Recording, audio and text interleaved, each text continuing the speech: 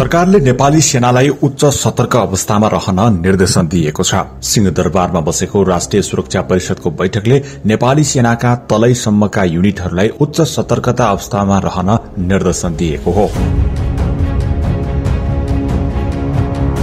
पछिल्लो समय देशका विभिन्न भागमा धार्मिक तथा जातीय तनावहरू समेत बढ़िरहेका बेला राष्ट्रिय सुरक्षा परिषदको बैठकले सेनालाई जुनसुकै बेला परिचालन हुन सक्ने गरी तयारी अवस्थामा रहन निर्देशन दिएको हो।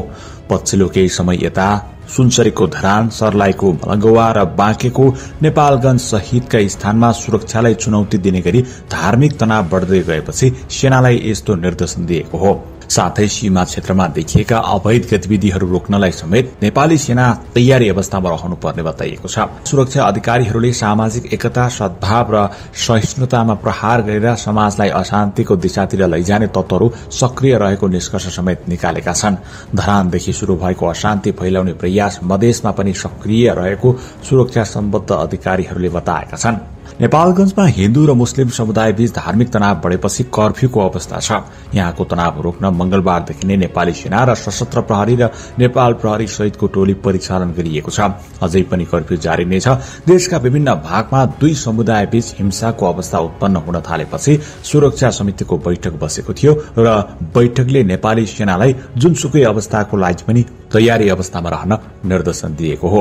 सुरक्षा परिषदको बैठकमा प्रधानमन्त्री पुष्पकमल दाहाल प्रचण्ड, उपप्रधान तथा रक्षा मन्त्री पूर्णबहादुर खड्का, अर्थमन्त्री डाक्टर प्रकाश शरण महत, परराष्ट्र मन्त्री एनपी राउत, प्रधान सेनापति प्रभुराम शर्मा र राष्ट्रिय सुरक्षा सल्लाहकार शंकरदास बैरागी लगायतका विभिन्न विशिष्ट व्यक्तित्वहरूको सहभागिता रहेको थियो। सिंहदरबार स्थित राष्ट्रिय सुरक्षा परिषदको सचिवालयमा प्रधानमन्त्री तथा राष्ट्रिय सुरक्षा परिषदका अध्यक्ष प्रचण्डको अध्यक्षतामा बसेको परिषदको 31औं बैठकमा विभिन्न प्रदेशको सुरक्षा स्थिति, बढ़दो सामाजिक सञ्जालको दुरूपयोग लगायतका राष्ट्रिय सुरक्षासँग सम्बन्धित विषय र घटना तथा त्यसको समाधान र न्यूनीकरणका लागि अपनाउनु पर्ने भावी रणनीति सम्बन्धी विषयमा व्यापक रूपमा छलफल भएको हो।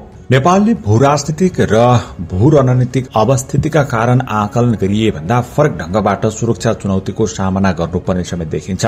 बाह्य सुरक्षा खतरा भनेर चिनिने सीमापार र अन्तर्देशीय अपराध, सरकारमाथि पर्ने सशर्त दबाव र आतंकवाद, वैदेशिक हस्तक्षेपको सैन्य पाटो लगायतका फरक खालका चुनौतीहरू समेत थपिएकै अवस्थामा छ। जाली नोटको कारोबार, सुन तस्करी, वन्यजन्तुको अवैध ओसार पसार र मानव तस्करी नेपालले थप चनाखो हुनुपर्ने सुरक्षा चुनौतीको विषयहरू रहेको समेत उल्लेख छ।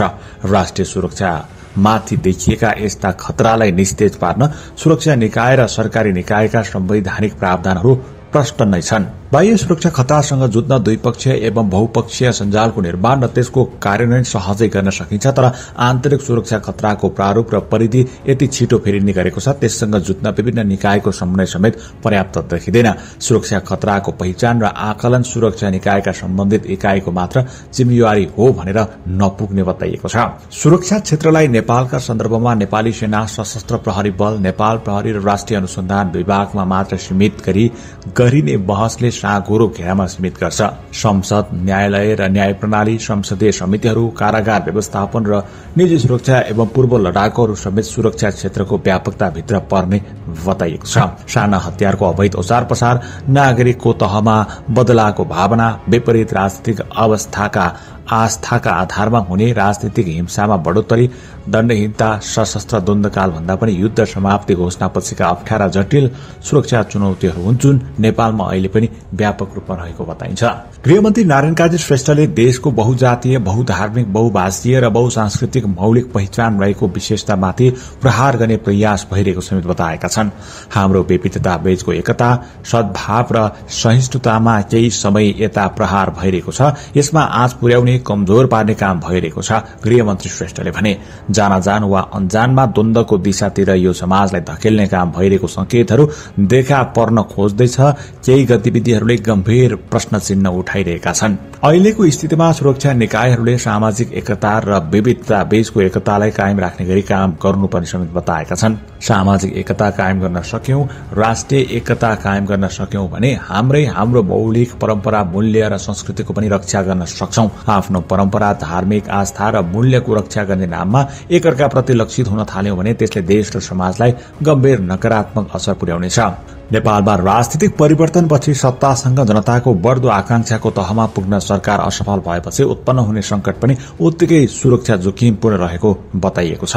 नेपालका सन्दर्भमा जलवायु परिवर्तनले ल्याएको जटिल प्राकृतिक प्रकोप र साइबर अपराधको जालो जस्ता सुरक्षा चुनौतीसँग जुझ्न विद्यमान निकायहरूको क्षमता अभिवृद्धि नगरी असम्भव प्राय भइसकेको बताइएको छ।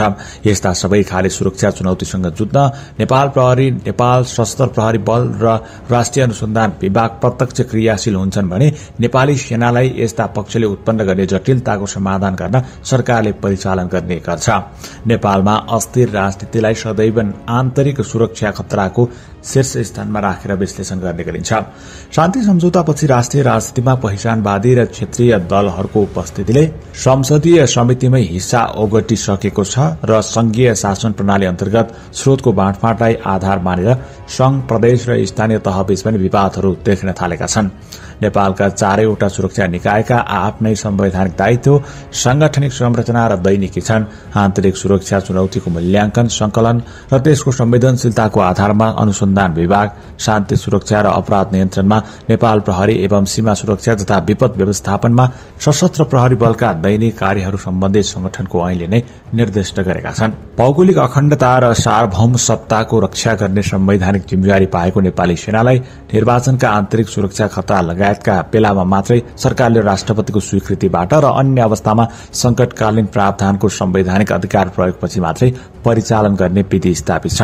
झट्ट हेर्दा खुल्ला सिमाना भएका कारण नेपालको सीमा क्षेत्रमा हुने घटनालाई लिएर किन सेना त्यहाँ पुग्दैन भन्ने भावनात्मक सन्देश फैलाउन अघि सेनालाई त्यस्तो ठाउँमा परिचालन गर्न सरकारले आदेश वा अनुमति दिएको छ कि छैन भन्ने कुरा हेक्का राख्नु जरुरी रहेको समेत बताइएको छ।